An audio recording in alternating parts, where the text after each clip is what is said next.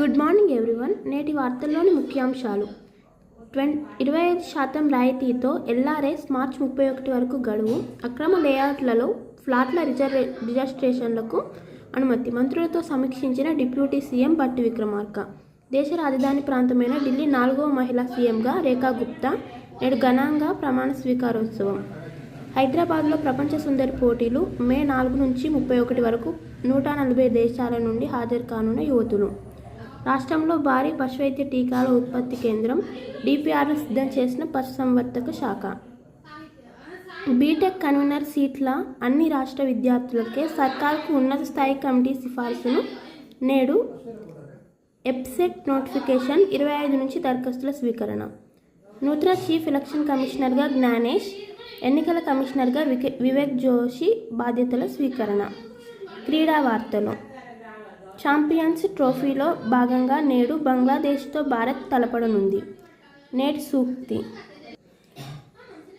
సూక్తి. నీకు చెందాల్సిన వాటన్నింటినీ కాలమే నీ చెంతకు చేరుస్తుంది. ఆరోగ్య చిట్కా.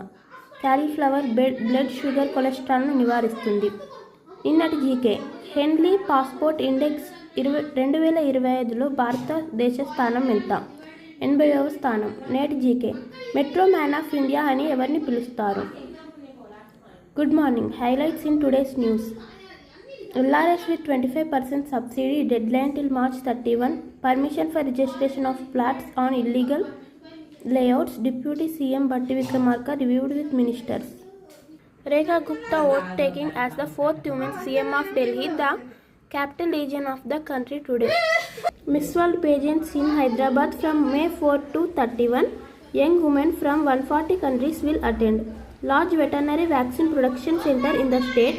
Animal Husbandry Department prepared DPR.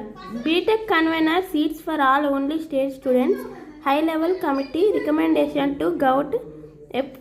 Website notification today. Acceptance of applications from 25th.